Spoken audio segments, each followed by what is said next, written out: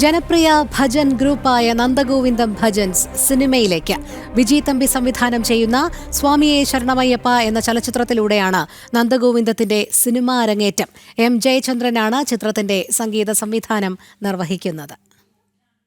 അയ്യപ്പസ്വാമിയുടെ യഥാർത്ഥ ചരിതമാണ് സിനിമയാകുന്നത്. പ്രശസ്ത സംവിധായകൻ വിജയ് തമ്പിയുടെ സംവിധാനത്തിലെത്തുന്ന സിനിമയിൽ വർത്തമാനകാല സംഭവങ്ങളും ഉൾപ്പെടുത്തിയിട്ടുണ്ട്. ഇക്കൂട്ടത്തിലാണ് നന്ദഗോവിന്ദം ഭജൻസിന്റെ സാന്നിധ്യം.